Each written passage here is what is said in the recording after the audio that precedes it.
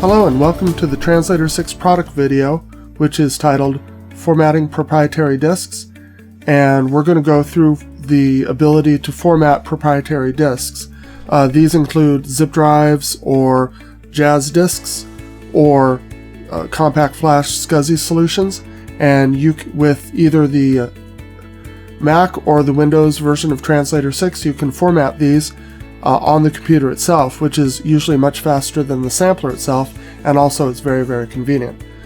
So we've got the Translator 6 Windows version up. You can do this just as well on the Mac version, and we have a zip drive 100 plugged in, and it just happens that it is formatted already to Ensoniq.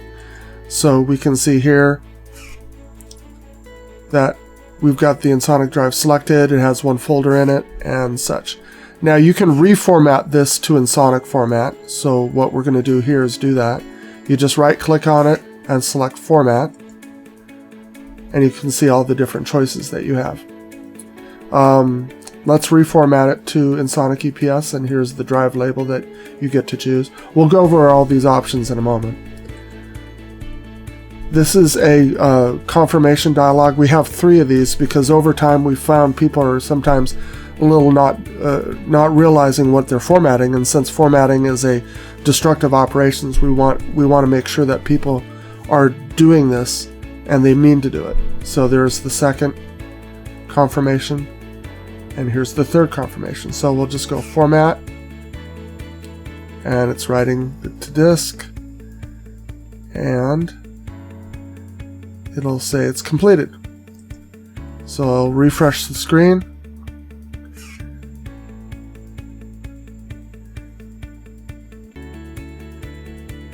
and there it is, and we can see it no longer has that folder in it. Okay, so that's if the disk that you have is formatted already, but most of the cases it's not. So let's go into operations, and you can format, and you can see all these different disks in here. And this is our iOmega Zip 100.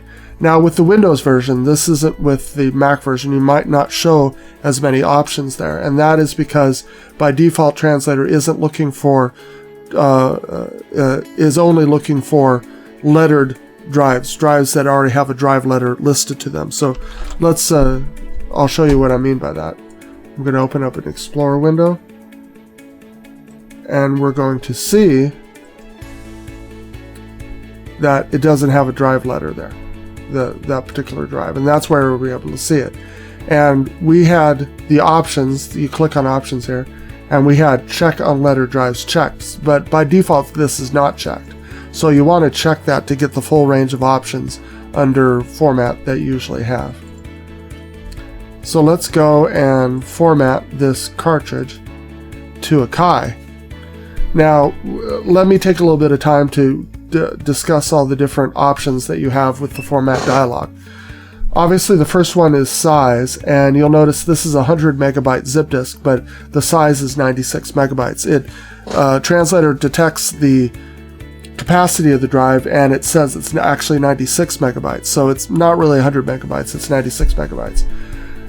With the Akais you can select a partition size, and we always select the maximum, which is 60. There's no real reason anymore to have partition drives less than that. And you know, if you're thinking, well, maybe I want 4 partitions of 24 megabytes apiece to match the 96 megabytes, that's not really worthwhile. I mean, the best thing to do is just to do a partition size of the maximum. This is 60 megabytes, so what we'll wind up with is 2 partitions. One will be 60 megabytes, and the other one will be 36 megabytes. Down here below is just some shortcut things. You can say I want to format to the CD-ROM size, which is 650 megs. That doesn't apply here. Floppy size, which would be 2 megabytes for a high density disk, 1 megabytes for a double density disk, and of course custom sizes, which what we're using, and selecting 96. Let's go down the other formats in case you're interested. Skip ahead if you're not interested. MPC has similar settings, except it adds a type, and you can choose the MPC 3060 format or the 2001 or the 2000 XL. If we select 2000, the XL type is grayed out. But if you select XL, there's two different XL types. One is partition, is what we described earlier, that partitions off the disk. But with the latest version of operating systems with the MPC 2000 XL, it has a PC type of formatting. And what that is that it does away with any partitioning. It just sets one partition up, and it is a type of format that the allocation blocks are resizable. And that's a kind of a complicated way of saying that it works like normal hard drives do. And we suggest, if you have an MPC 2000 XL, to go with the latest operating system, which you can download, and use the PC type of partition format.